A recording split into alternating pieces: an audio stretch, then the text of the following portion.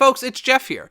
Just a quick reminder, if you're loving Disney Coast to Coast, there are a couple of easy ways that you can support the show. We'd love it if you could rate and review us on iTunes, or wherever you listen to the show. This is a simple way to help other Disney fans find us. Also, go ahead and share your favorite episodes on social media and be sure to tag us. You can find all of our social media information at DisneyCoastToCoast.com. And finally, I just want to say thank you to all of you who listen every week. Your support is very appreciated, and we love that you're enjoying our Disney geekiness. Now on with the show. Is your magic meter running low? Well, we've got a cure for you. Welcome to Disney Coast to Coast.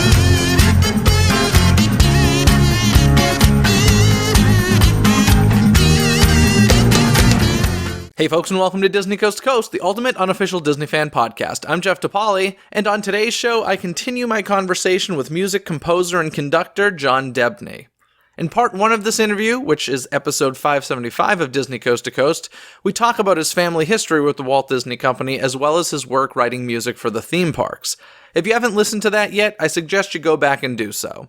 In part 2 of this interview, which you're currently listening to, we discuss John's work on films like Hocus Pocus, The Emperor's New Groove, the live-action Jungle Book, and so much more. So let's continue John's interview right now. You know, Hocus Pocus, perfect example. I had been doing television for 10 years, very, very prolific, got a couple of those statues and stuff. And that was my life. I thought, okay, this is great. I'll do television. And then one day, I got a call from the agent, and they said, okay, so James Horner was doing this movie. He's got to leave. He's got a scheduling problem. Would you be interested? And I'm like, of course. What? And at that point, James Horner had written the score to Honey, I Shrunk the Kids. And I need to mention that because James Horner was I love Honey, I Shrunk the one Kids. of the, and still is in my mind, one of the greatest film composers of all time. And he was then. He was just, and I'm like, what? One of those things. And next thing on the next day, I was in a meeting with Chris Montan and the producers of Hocus Pocus. And by the way, I'd known David Kirshner. That was my ace in the hole. I knew David. You did some Hanna-Barbera from Hanna-Barbera, stuff, right? And we knew each other and liked each other very much. But had lost touch, and fade out, fade in. This happened. I'm in a meeting, and in the meeting, Chris or somebody said, "Oh, by the way, you've got 2 weeks. You feel comfortable with 2 weeks?" And I go, 2 weeks for what? 2 weeks. 2 weeks to do what? To come up with a theme. 2 weeks to write the whole score. We've got the orchestra booked. We've got a day and date. We release, and they were in a panic. So I went in the meeting, and I did my very best to try to sell them that I would be the right guy for the job. They interviewed another chap, a good friend of mine, who are remain nameless, and he went in after me. And in the meeting, they asked me, would you, there's only 2 weeks. And I go, yeah, there's only 2 weeks. So they said, would you be open to doing it with another guy, another composer? And I said, sure. I didn't hesitate. I said, absolutely, because 2 weeks, that's like nothing. That's insane. I've accomplished nothing in the last 2 Well, weeks. no, that is certifiably insane. So I said, absolutely. Because you'd normally take how long to write a film score? Normal 5-6 weeks. Okay. That's tight, but, sometimes 8 or more. So this chap goes in after me. He's a very good friend of mine who I love dearly, and he's very successful. And he went into the meeting and was advised by his agent at the time when that question came up to say, no, I'd like to do it all myself. Oh. Wow. So I found this out much after so a few days went by, and I got the agent said they want to hire you. They're in a panic and blah, blah, blah. And I said, great. And my agent told me the story and goes, I want you to know something. And he said, it was because of your relationship with David Kirshner, number one. Number two, James Horner recommended you for this. Wow. He gave the seal of approval. What did he know of your work? Like, were you friendly? Similarly, weren't friends. Okay. Just knew and loved him. And I don't know where the connection was. sort of know where it is. David did like a couple of things for Kirshner, big animated things. Then I had come in and done the TV version of the animated thing. Okay. I think it was one of those Coming to America. American Tail. American Tail. Yeah. Thank you. Something like that. So I was in James's universe. Somehow he knew of me. I think Kirshner had told him about me. I know what else. I know why James knew of me too. I, at that time, was working with Steven Spielberg. That's how he knew me. Okay. And I was doing Sequest, and I was doing things for Steven. Which these Emmys sit up here for, right? For Sequest? One of them is for Sequest. It was so long ago. But I was working for Steven. So our orbits were... You're in the same universe, yeah. Yeah. And so we, of course I knew of him and loved him. And he knew of my work. And he literally did make that call So thank you, James. I mean, James, at a crucial moment, gave me that break. And the other guy that said he couldn't do it with another composer, they made the decision, let's go with John, because he said he can do it. And so... And at this point, it was fluky. Yeah. I mean... You'd been working steady, but never a feature. No. Okay. No, I'd done a lot of television, a lot of... I'd done a couple smaller features, but this was insane. This was like, I don't know, 30-something, 36 or something, 37-ish. And so I'd had a good 10 years of working. Yeah. And done a lot of Epcot, done a lot of theme park stuff. So they knew me. Disney knew me. I did specials for them. They knew that I was kind of a go-to guy, thankfully. So...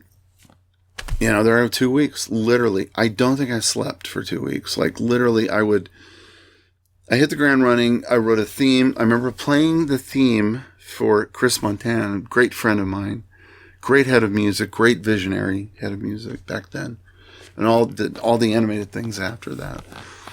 And I remember Chris said, I love it. He goes, but if you, instead of going down, what if you went up? Or something like that. I don't remember the specific thing. Yeah. But he made a very wonderful, amazing suggestion. And then I changed it, and it became da-dum, da-dum, ba-da-da-da-da-da, bum, bum, which is the theme of the movie.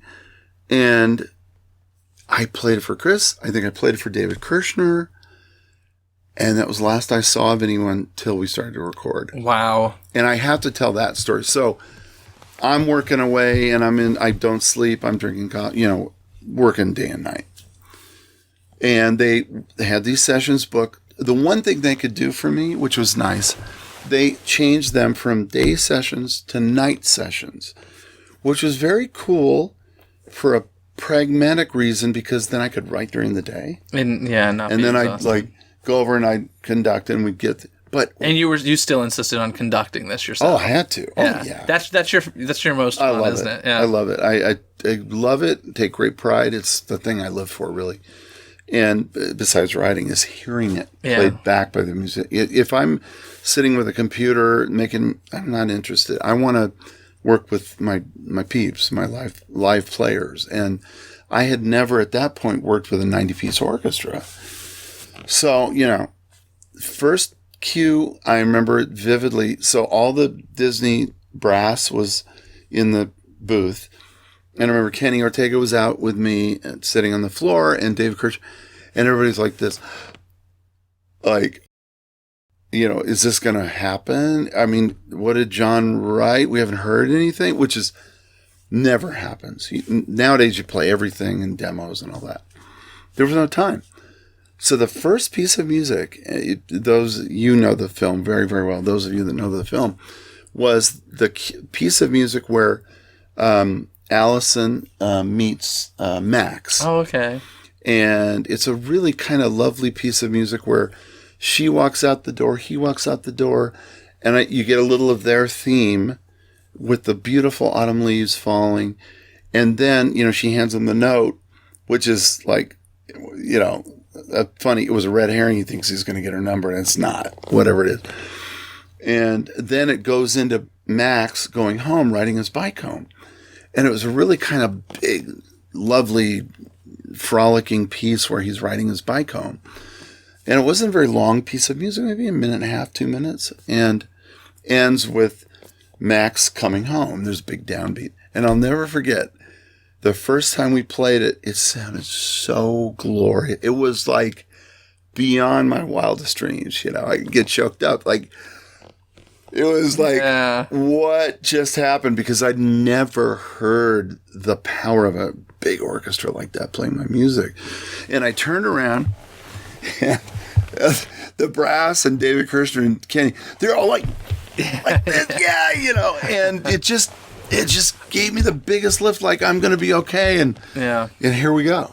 Yeah. And it was like that. So the other interesting thing about being at night, which was really, in hindsight, again, maybe part of a cosmic plan, but it was at night. And I arrived at the studio when it was dark, and we were playing this music about witches and, you know, and this one haunted magical night.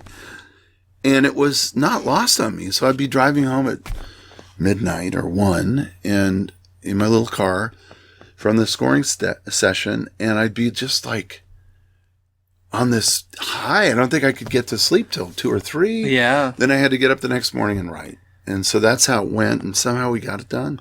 That's incredible. Last story about that, though. Sure. You should know, and I've told the story a couple of times, and if I'm boring you, tell me. You will never bore me. In fact, I was going to ask you, I want to make sure you're okay on time. I'm good with time. I love this stuff, and I love you. I know you have people outside this door that I don't know if they're... I love doing this.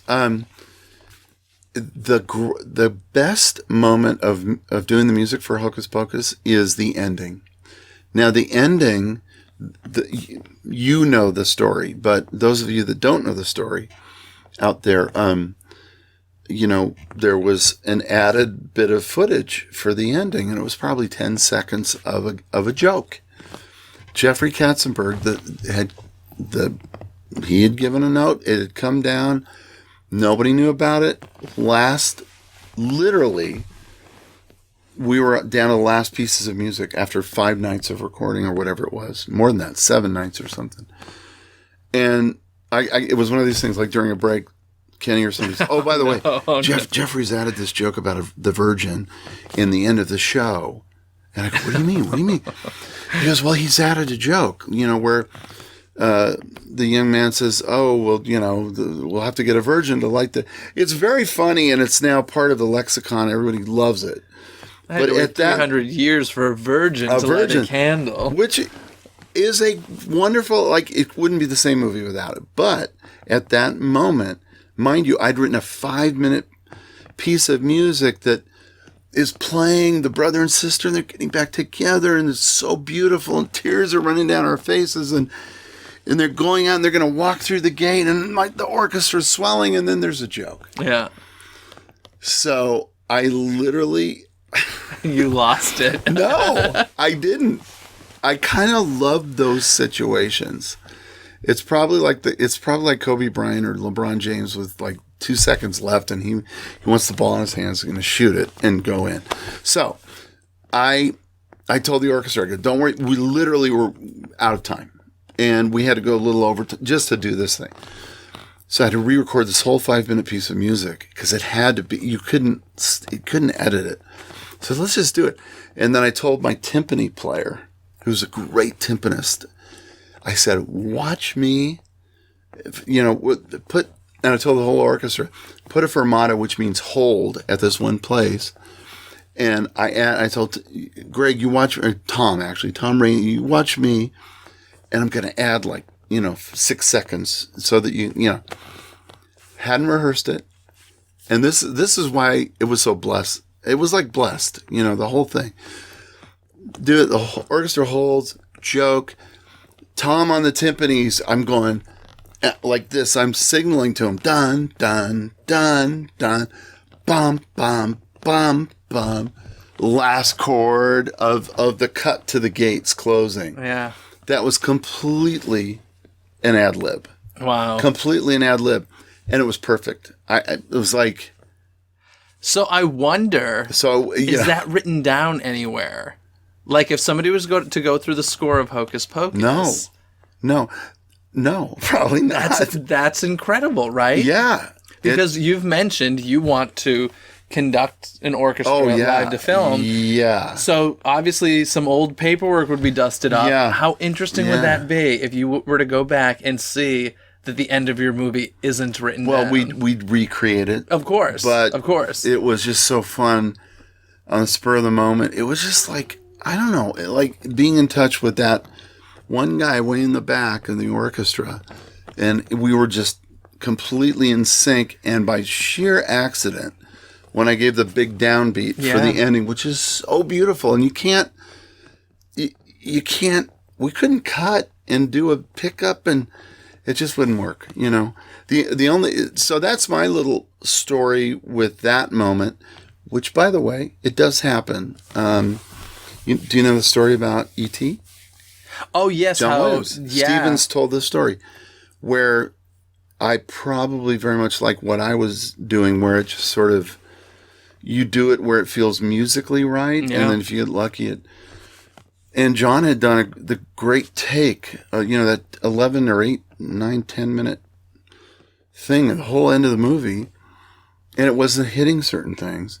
And Steven was so touched, and you've heard the story, but I've heard it from Steven. He's told me the story before. He literally, John was like, "Oh no, Steven, I can do it better. I can hit that cut, and Steven said, "Don't touch anything. I will recut the movie to your music." That's a confident director right there. That's a confident director, and I have to say that's probably, to me, that's one of the greatest, if not my favorite, film music moment of all time. Literally. It's so perfect, you know? I feel a little weird saying this in front of you, but E.T. is like my favorite film score of all time. It's my favorite film score of all time. Let's just say it. Listen, it is the greatest film score. Here's what I'll say about E.T. There are other films. Obviously, it has an amazing main theme. Yeah. But there are a lot of films that do. The thing that I love about the E.T. film score is, and by the way, most of my music collection is film scores. Yeah. The thing that I love about E.T. is when you're listening to a film score, at least the common person, probably not yourself, there are moments, if you're not watching the film, are kind of boring to listen to. Oh, yeah.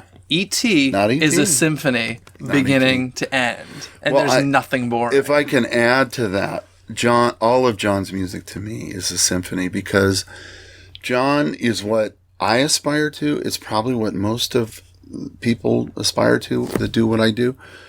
And there's never a misplaced note with John, and he's never satisfied with just this. Mm-hmm. There's always something going on.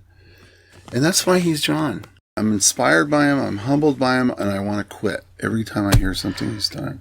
Because he's that great. Yeah. It's like, I'll do what I do, and I'll do my best, but there's only one John, and there was only one Jerry. Well, you know what's... and you know that. Yeah, the thing that's incredible to me is I think about this a lot, and I'm grateful that I think about it, because I feel like most people don't, but we're insanely lucky to be living in his lifetime. Absolutely. Because there's going to be people 50 years from now. Yep. Amen to that. That's I feel like I'm living with Mozart, Pretty much. It's when crazy. we go to the bowl every year, and I don't even know how John does it. He's got so much energy and stamina, but he's still doing it. And I cry 5-6 times during. It's just you're watching something so magnificent and so rare. Mm-hmm. It's like watching Michael Jordan, but even better, because there are other players that are pretty darn good. Yeah. There's only one John Williams. Have you seen the video on YouTube of the two kids outside of his house playing trumpet in the Star Wars? Yes. I love that. That's a great one. I love just him coming out. I mean, it's no secret. A dream of mine, and I've tried many times to get him to interview him, because he's very private. He's very private, and I get that. And listen, he's very humble. I get it. He's a humble. I will never stop trying. When last time I was with him, one of those concerts, a few years ago, and we went backstage, and I got to say hello to the maestro, and that's always a big deal. Last couple of years, he's been a bit, was under the weather. Yeah. But I just remember Maestro. And this is what a great guy he is. And this is like a lesson for any human being. He goes, John, I'm such a fan of your music. Now there's John saying it to me. Yeah. And I'm like, John Williams, don't say that. I mean, and then I was like blown away. And then I said, John, and I think I mentioned Harry Potter or something. And he goes, thanks, babe. Thanks. It's a nice little tune. I'll do better. And he said something like, I'll do better next time. Like, and I'm like, this is the most amazing guy. Yeah. He's humble. He's going to do better next time. And he's right. It's like watching Mozart, It's incredible. It is incredible. And I feel like you've kind of already answered this question, but I'm going to ask it flat out. Because you've talked about how it just felt like with Hocus Pocus, obviously you had 2 weeks to write it. Yeah. It just felt like it worked out the way it was supposed to. I think so. But is there a part of you that when you watch that film, you think to yourself, if I had 6 weeks, what I could have done? Oh, yeah, absolutely. Yeah. But I do that with all my work. Yeah. I'm a big believer, Jeff, and I know you're probably the same way. Artists need to never think that their work is that good. Yeah. Because that's the kiss of death. And I know, I tell young composers this, and I tell it for effect. I tell them, you're never going to be John Williams, so just deal with that. Yeah. And if you think something you've written is good, you should rethink that. Mm-hmm. Because if you don't always strive to be better, like John Williams, by the way, if you think something's pretty good, I'm telling you, every time I've heard that from somebody, composers, and they'll send me something that they go, oh, yeah, I'm really happy with what I did on whatever. I'm like, okay, we'll see how good it is. Invariably, it's not very good. Not, and I'm not putting anybody down for that. It's just it's a mindset of, so when I'm looking at my own work and I'm looking at Hocus Pocus specifically, there are a lot of areas and pieces of it that I think I could write so much better now. Yeah. But it was 2 weeks. And for the most part, it's pretty great. And I'll tell you, I've lived long enough to now listen to Hocus Pocus and go, I used to be able to really write great music. Now, I'm sure I can still do that when given the opportunity, but it would be different. It's like any artist of any period of your life where, it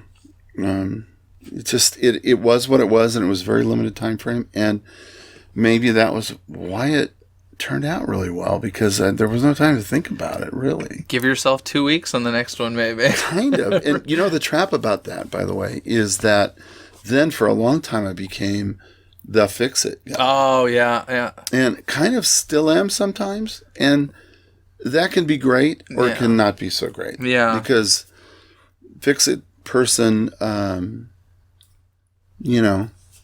hopefully they're paying you well for it. Or, begs the question, well, you should have called me first. So. Yeah. But that's okay. That's okay. I'd rather be at least called than... Yeah. Now, you also worked on The Emperor's New Groove. I did. Which is a huge film for a certain generation of Disney fans. Like, it has this crazy cult following. You're gonna laugh. It's the same story. 2 weeks? Not 2 weeks, but not that long. Here's what happened. Did you replace somebody? I did. Oh, my goodness. Oh, Mark Shaman, right? I did. I replaced Mark Shaman. That's right. I am the biggest Mark Shaman fan. As am I. Said that. Are you familiar with Simon Birch? This is sort of that film. It's beautiful. Oh my goodness. So, to this day, never heard what Mark did. Didn't know why it didn't work. The only thing that they told me was it was a little too flamboyant, and I don't know what that meant, but it was frilly, and I think the whole film changed, but not Mark's fault. It was one film, and then they brought in new directors, and they changed it. So whatever Mark did was probably incredible. It's just, they wanted somebody new to come in and do something different. It sounds like you have not seen The Sweatbox.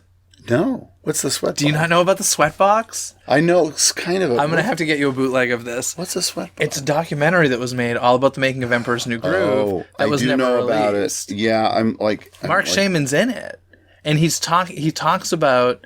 I'm sure I've heard many things about it. It's fascinating. Never wanted to watch it, especially when I was working. Yeah, but of now course. I would. Now I would. I would love that. you. Yeah, give me a bootleg. Yeah. It's. But that was a fun movie. From what I understand, from what he explained of it, he was writing very cartoony, like a bloop bloop ba ba yes, type of stuff. That's the way it was described. Yeah. And I came in and I don't know what I did differently, honestly. Because I didn't hear what Mark did, but there were these great Sting songs. Yeah. Now, did you have to collaborate with him at all? Not directly, but indirectly, I used his material and really loved it. I mean, they're beautiful songs. I think Sting is maybe underrated with that stuff, but I mean, not as an artist, but for this kind of movie, I think those were gorgeous songs. So I kind of took my cue from the songs, and a lot of what I wrote was trying to embrace the world of the Peruvian sort of vibe, and so I kind of did that, and it kind of worked. But I was very cartoony a lot too. I will say though, the conscious thing that I did on that movie was, and this is, I'm sorry for going all over the map. No, please, you do not need to apologize. Here's the thing. I've done so much animation in my life. I've done Tiny Toons. So in other words, I've done Warner Brothers style, which is very different. Very different. Yeah. Looney Tunes, very different. And then I've done classic Disney. And classic Disney is very classical, as we know. And having studied all those scores in the dungeon for, So the one conscious decision I made about Emperor's New Groove was the big set action pieces. I wanted to go very old school Disney. So what's kind of fun for me, there's a lot of cartoony stuff, but then there's some of the big rescue things that are very, very Oliver, God, I'm spacing on their names, but some of the classic, Lee Harleen, Ollie Wallace, and those composers that nobody knows of except maybe you. But those are the guys that wrote When You Wish Upon a Star, and all those great, Paul Smith was another great Disney composer. So I knew that, and maybe that's what I did differently from Mark, but I don't know. I purposefully went kind of serious with that stuff. And what was really cool for me, again, it was a quick turnaround. What was really cool for me is Eisner was sitting behind me. And I didn't know that. Intimidating. At the premiere. Oh, okay, yeah. Didn't know that. And then the next day, I got a little thing of flowers and a card, just a little buck card and it said Michael Eisner. And he goes, I just want to say that's one of the best effing scores we've had in any of our movies. Congrats. Thank you. It was the sweetest card. Michael Eisner. I really like Michael Eisner. I know there's some mixed opinions out there. You know what? I really like that guy. He and Frank saved the company, I think. Oh, I don't think Jeffrey. Nobody can debate that. Nobody can debate that.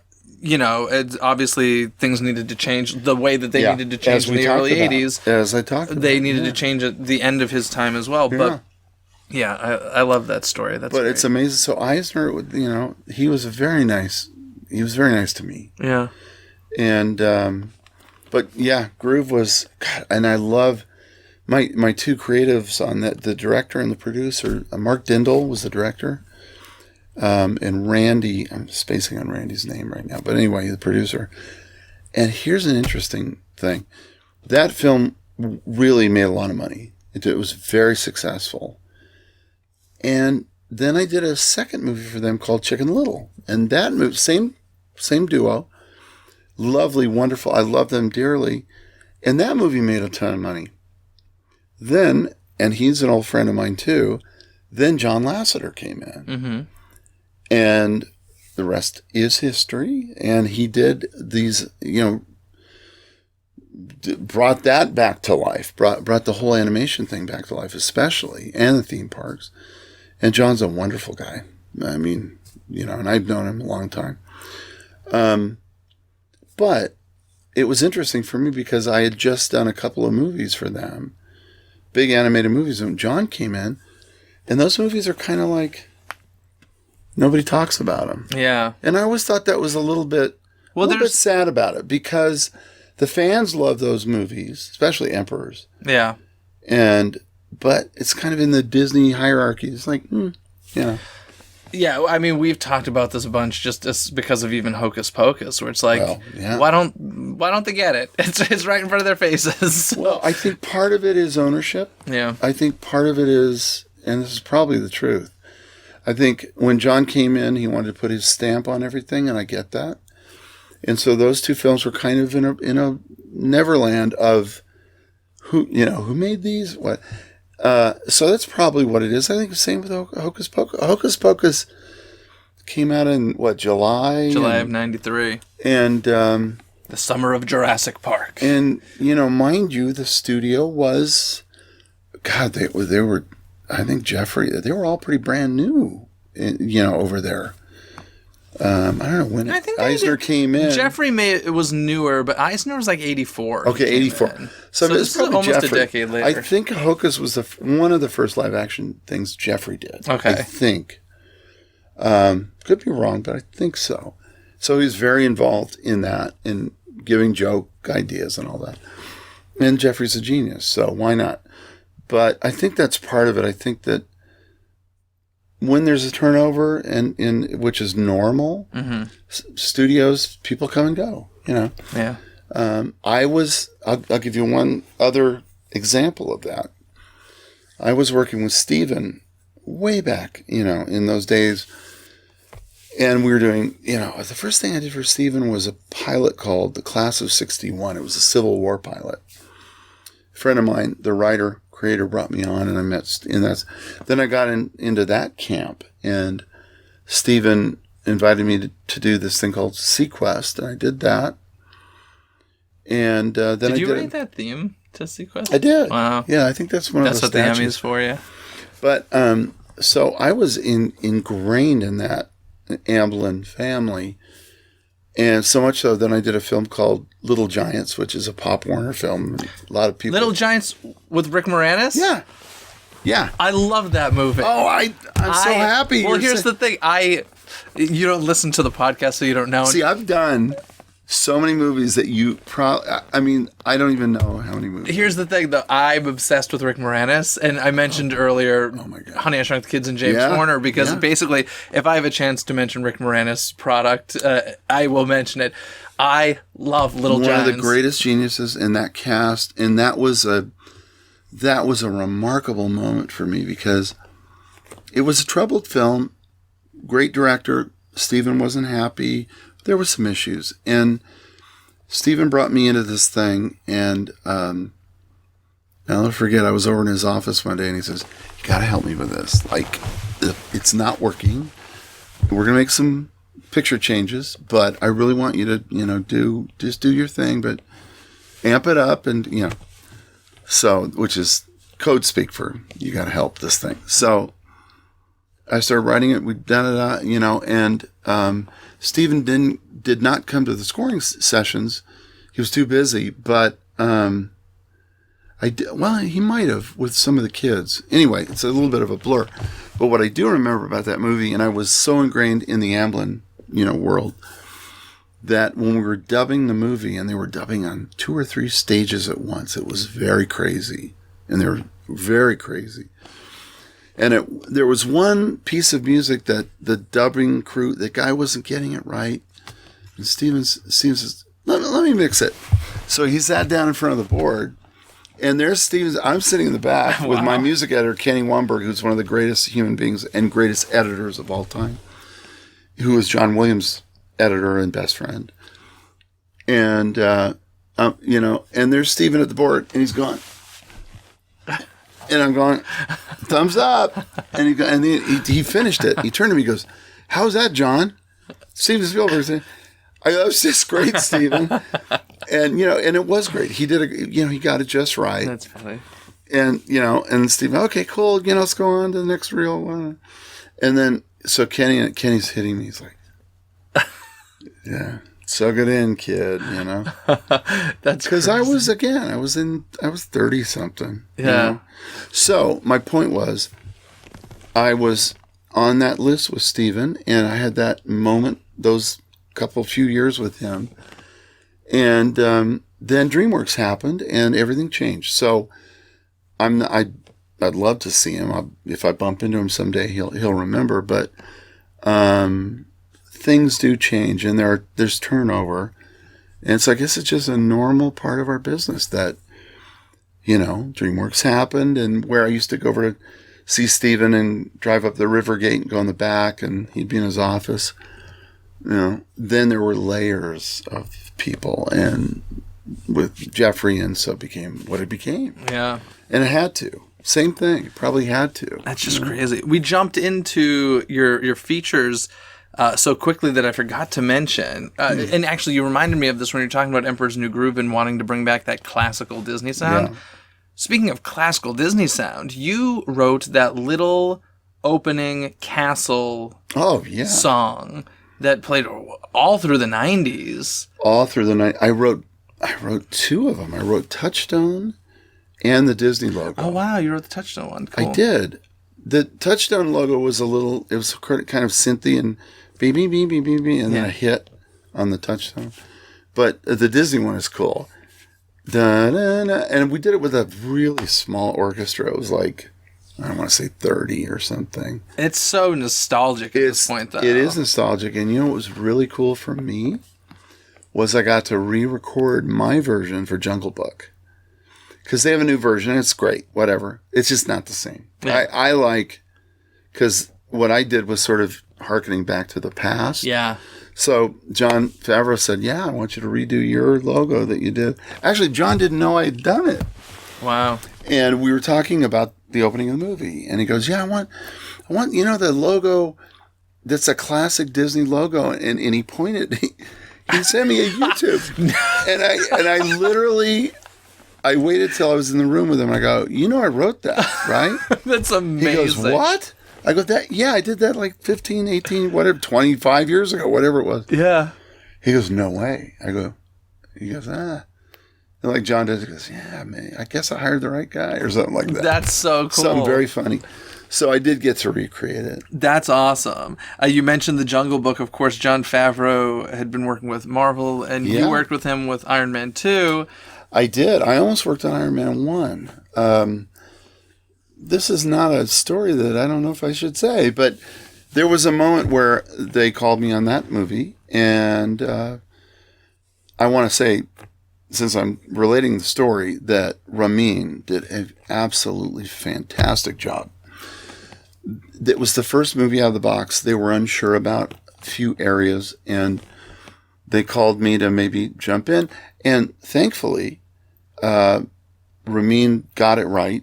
And I never did anything. So on the second one that John was doing, you know, he was pretty clear he wanted me to do it. Okay. So, but those are tough movies, you know, and they were just learning. They were getting their feet under them for those movies. So in many ways, I think that, you know, what I did the best I could, and I think it's a pretty decent score, but can't hear it, you know. I think, in other words, those movies. Yeah, it's a different animal. By the way, and now I think they're glorious. I think they're great. I think all of them, they sound the way it's all clicking, you know. But on number 2, you know, it was 8 years ago. So in 2010. So we were kind of finding our way, and they were recutting it in London while we were working. But it was fun nonetheless. It was great, and that's. My relationship with John just got, you know, thankfully, got more solid as time went on. Yeah, and that ended up going to the Jungle Book, which, of course, you wrote your own musical melodies for that, but you also had to harken back to your now friend, Dick Sherman, and the late Bob Sherman.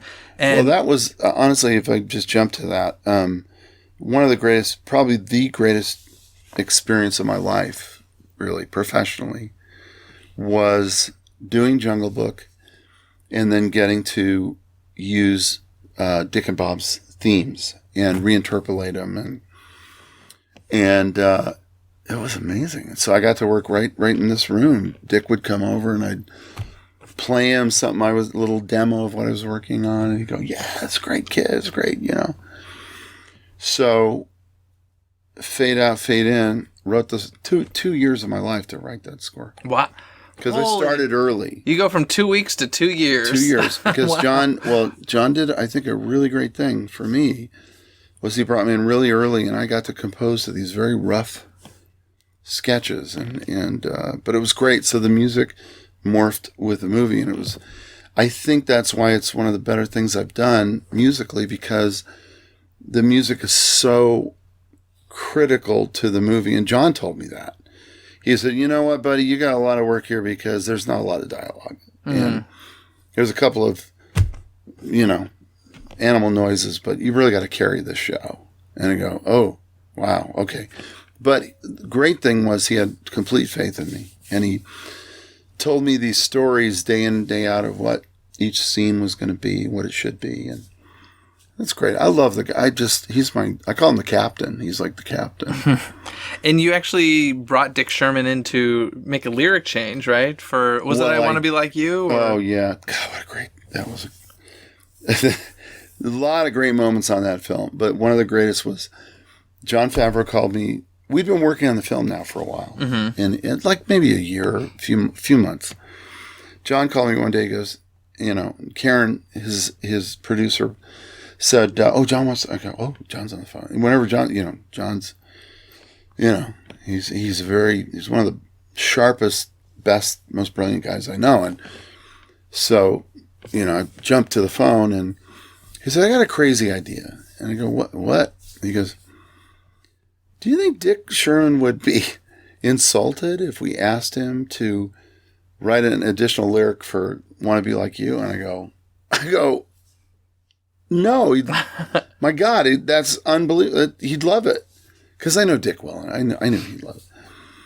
He goes, "Oh, you think I should call him?" I go, call him up, right? When you get off the phone, call him. So John did, and then I got a call, I think the next morning from Dick. He's like, "You're never going to believe this.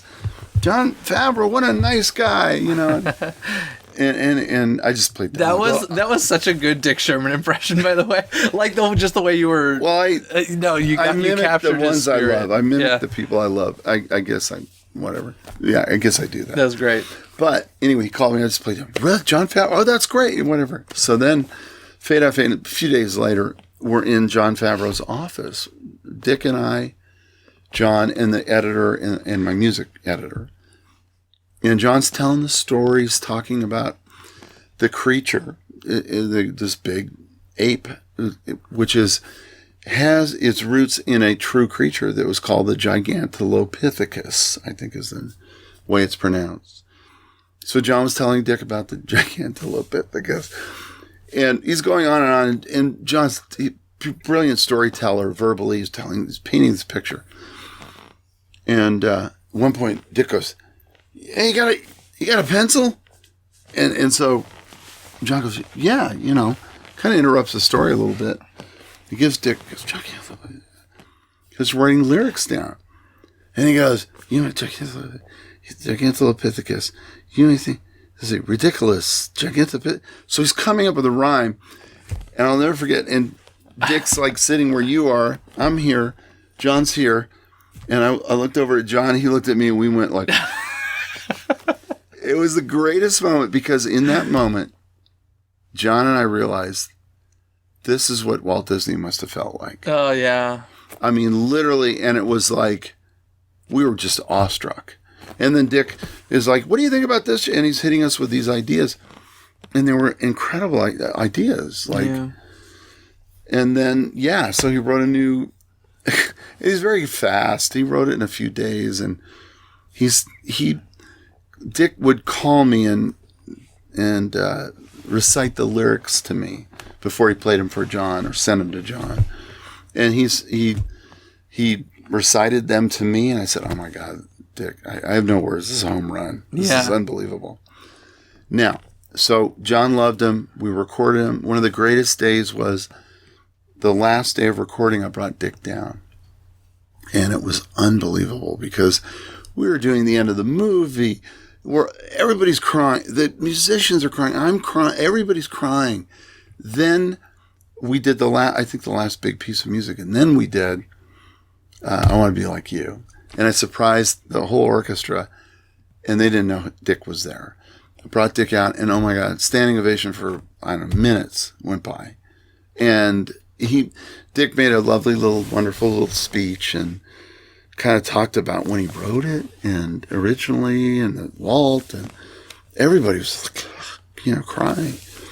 And so it was great. So it was like full circle, like, here we go. My dad, 40 plus years, and then Dick Sherman, and then now Dick Sherman is full circle. So it was, for me, it was completely full circle. Yeah. And it was the one thing that you don't probably know and nobody knows, but I'll give one little story that has never been told.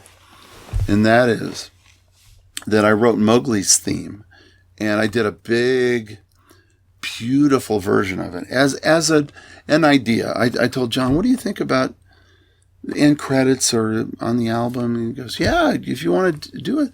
I go, I'm thinking about asking Dick to write lyrics. What do you think? And Favreau said, oh my God, yeah, if he'll do them. He goes, that's a great idea. So I asked Dick, and he wrote, and so I did do this piece of music. He did write the lyrics, and we recorded it with this beautiful Indian American singer and the choir and the 100-piece orchestra. And we didn't use it because it's so big and Broadway in a good way that I think John felt it wouldn't be good in the end credits. But he said, you never know, maybe in number 2, he kind of, but John did it for all the right reasons. It was just a crapshoot. But the coolest thing was I got to ask Dick, and he didn't hesitate. He wrote lyrics, and they're just magnificent. That's crazy. So someday, hopefully it'll be heard someday. That's, it's probably sitting on one of these computers around somewhere, here. yeah, on a drive funny. Somewhere. That's so crazy. But that's a testament to Dick. And he is excited about every assignment that he gets now. It's like he's doing Mary Poppins. And that is something that you can't buy. You're born with that. Yeah. He is just genuinely that guy. He's in the mold of what I am told Walt was, although Walt was a much more of a taskmaster. But Dick and Bob were, and Dick is the most radiant. You know this because you've met him. He's the most radiant guy. He'll talk to somebody off the street, and Mr. Sherman, he'll sit there and talk and tell stories. And yeah, he's a lot like my dad. They were of a kind. They were of a generation. And my dad was very similar to Dick, older than Dick. So Dick to my dad was a young guy, and but they were and are, Dick is, and my dad was the kind of guys I would see my dad meet somebody for the first time, and they'd come over to my house, like a friend of mine or something, and he'd go, hey, you need a shirt or something, and he'd go in his own closet and literally give the person a shirt from off his back. Yeah. So I don't know if it was the culture or the times or the generation, but there were a lot of those kind of, amazing I think it's because it people was there. new. It was a new company. Yeah, it was a and new it was company. that Family very family atmosphere, and I think it filtered down from Walt. Yeah. That's incredible. I feel like we can't top any better than that. No, so probably not. I think it's a good place to stop. I do want to say, though, anybody listening, I'm sure, is fascinated by what you've had to say. There's a fantastic documentary I hope so. that you're heavily featured in called Score, a thank film you. music documentary that I loved. Caught it on the airplane, Thank had you. no idea you A lot were of people involved. got on the airplane. I'm so happy for those guys. I'll just say one quick thing. Yeah. They're lovely, wonderful guys, and they've given this, insight into what we do that a lot of people, many people didn't know even how we did this, how we do this. And weirdly, they interviewed me at different times over the course of a couple of years. And I became the through line. Yeah. And I'm very thankful because, I don't know. Who knew? I didn't know. The thing that I love about it so much is I feel like even as a kid, I was a little weird with my musical taste. Like, I loved classical music as well. Mm-hmm. And most people you talk to say, I don't like classical music. It's not my thing. And my first response is always like, do you like movie scores? Because I'm pretty sure you've heard what is classical music. Yep. It's just a movie score version of it. So it's interesting. And this documentary kind of shows that. But I can't thank you enough. Well, my pleasure, Jeff. This was fantastic. Thank you. Really wonderful. Thanks so much for tuning into this episode of Disney Coast to Coast, and thanks again to John Debney for inviting me to his studio and for taking the time to sit down with me and chat about his career. If you've enjoyed this interview, make sure you head to iTunes and leave a 5-star rating and review for Disney Coast to Coast. Your rating and review helps other Disney fans find the show more easily. Also, be sure to head to DisneyCoastToCoast.com and spend some time perusing the site. You may be surprised by what you find there. A lot of people often ask me about my favorite Disney movies and books. You can find my list under the suggestions section at DisneyCoastToCoast.com. While you're there, be sure to check out our merch shop and consider making a purchase to help support future episodes of Disney Coast to Coast. Until next time, have a magical day, everybody. Bye! Thanks for watching Disney Coast to Coast. Have a magical day. Disney Coast to Coast is produced and hosted by Jeff DePaoli. Learn more about the podcast and become a supporter at DisneyCoastToCoast.com.